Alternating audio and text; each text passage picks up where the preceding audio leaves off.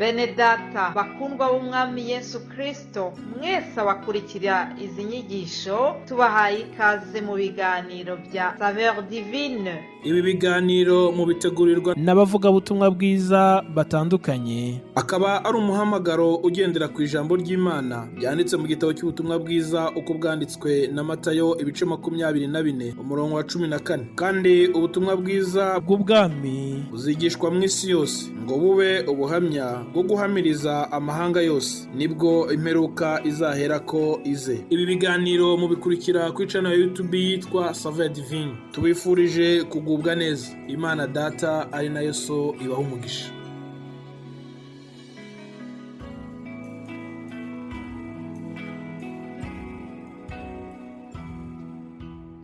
Yesu nashimwe bakundwa nshuti z'umusaraba, mwese abakurikira ibi biganiro bya Saveur Divine aho muri hose mu bihugu bitandukanye, ndabaramukije amahoro ya Kristo nabane namwe.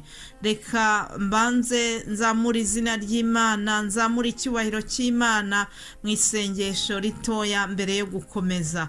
Mana Data twese wo mu ijuru, wera wa Isirayeli, Imana yaremye ibiriho, ibyo tubona n'ibitaboneka, Imana dusenga, Imana ya Aburahamu na Isaka na Yakobo, ikaba n'Imana yacu twese. Turagushimiye, ndagushimiye yuko wohereje Yesu Kristo umwana wawe kugira ngo aze adukize ibyaha. Nemera yuko abamwemeye bose ngo yabahaye ubushobozi bwo kwitwa abana b'Imana.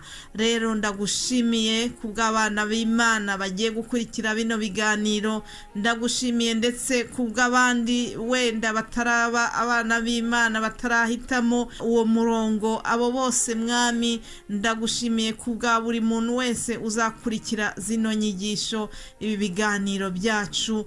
Ndagushimiye ku buryo wabanye natwe mu cyumweru cyatambutse.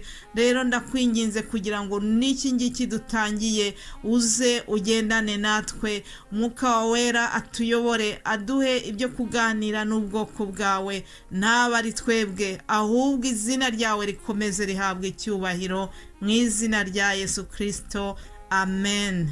Haleluya, haleluya. Ikaze nshuti wowe ukurikiye iki kiganiro.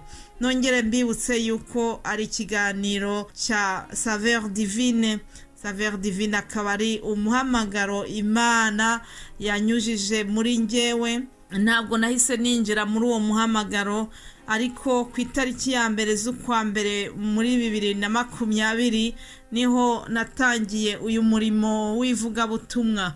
Ndashimira Imana rero kuba yaranyizeye nanjye ikangabira uyu murimo mwiza wo kwamamaza ubutumwa bwiza bw'ubwami bw'Imana. Haleluya. Hanyuma Imana yabikoze neza mu kwezi kwa gatanu kwa 2021 niho yaje kwagura uyu murimo mwiza w'ivugabutumwa. Yewe nahamagariwe gutanga ubutumwa mu rurimi rw'Igifaransa, ariko Imana yaje kwagura uyu muhamagaro, nuko hakaba hari bene data babaha ubutumwa mu zindi ndimi, haba mu Giswahili, haba mu Cyongereza ndetse no mu Kirundi, Ikinyarwanda.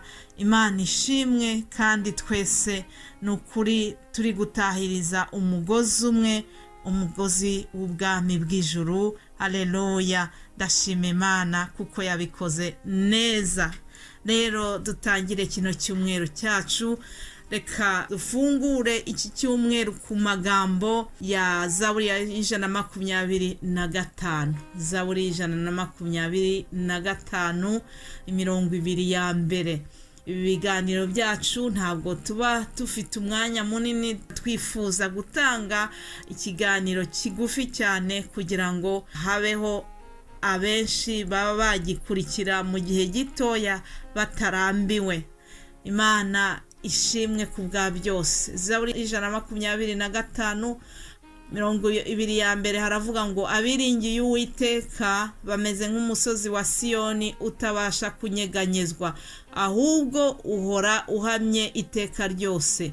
Ngo nk'uko imisozi igosi Yerusalemu, niko Uwiteka agota abantu be uhereye none ukageza iteka ryose. Amen.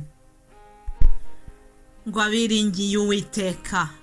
Mbese wowe unyumva wiringiye nde? Wiringiye Uwiteka cyangwa wiringiye abana b'abantu?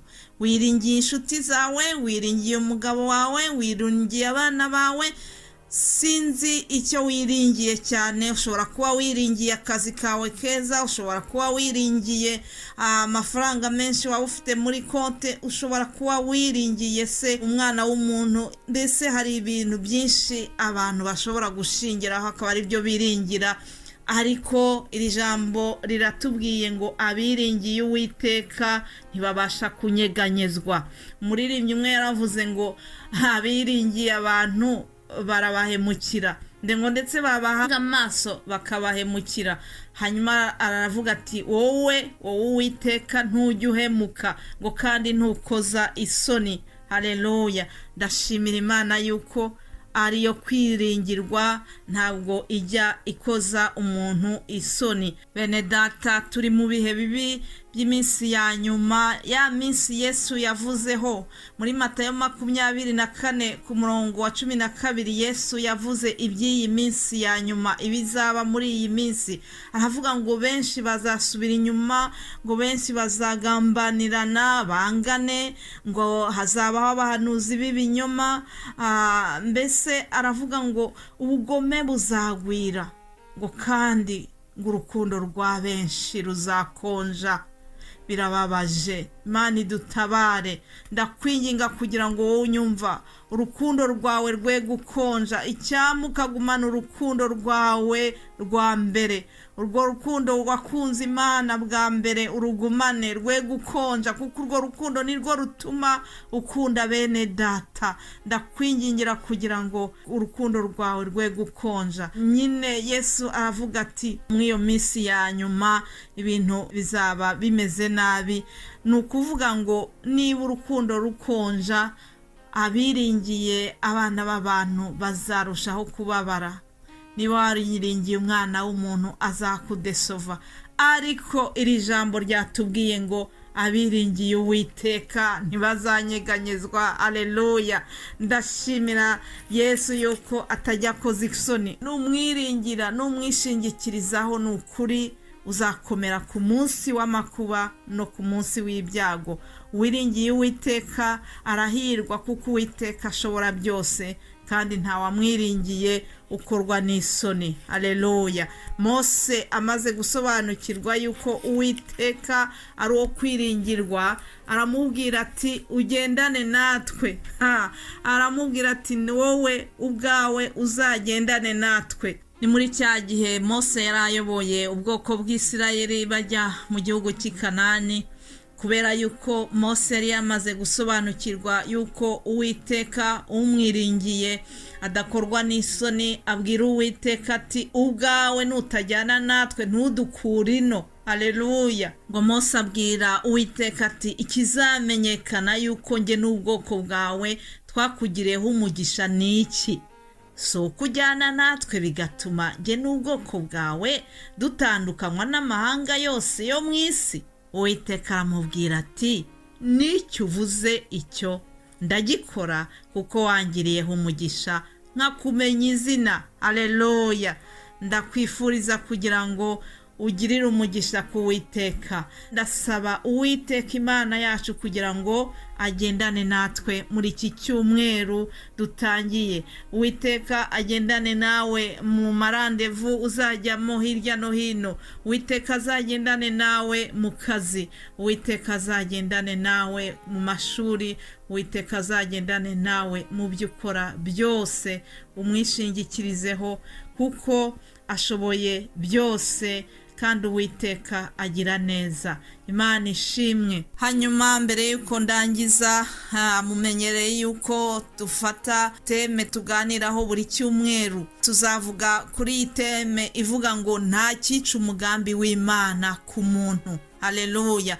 Imana yaturemye idufiteho umugambi, kandi uwo mugambi nta kintu na kimwe cyashobora kuwukuraho. Mu gitabo cy'Itangiriro 37 tubona inkuru z'uwitwa Yosefu, ukuntu bene se bamugiriye ishyari bagashaka kumwica kubera yuko bari bamenye yuko hari umugambi w'Imana ukomeye muri we, bamenye yuko ngo Yosefu azaba umutware wabo, bagira ishyari bafata umugambi wo kumwicisha.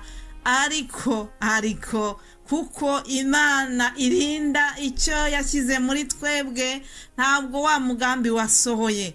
Ibyo tuzaganiraho, ntabwo tuzaganira kuri Yosefu gusa, ahubwo tuzaganira no ku bandi Imana yagiye irinda, ariko mu by'ukuri irinze umugambi yashyize muri we.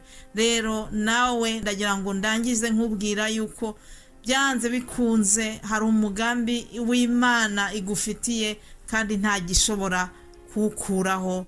Ni ukuri ugume wizere, wishingikirize ku Uwiteka nk'uko twatangiye tubivuga. Abiringiye Uwiteka ntabwo babasha kunyeganyezwa. Bifurize kuzagira ibihe byiza mukurikirana ibiganiro bya Saveur Divine. Yesu abaha umugisha. Amen.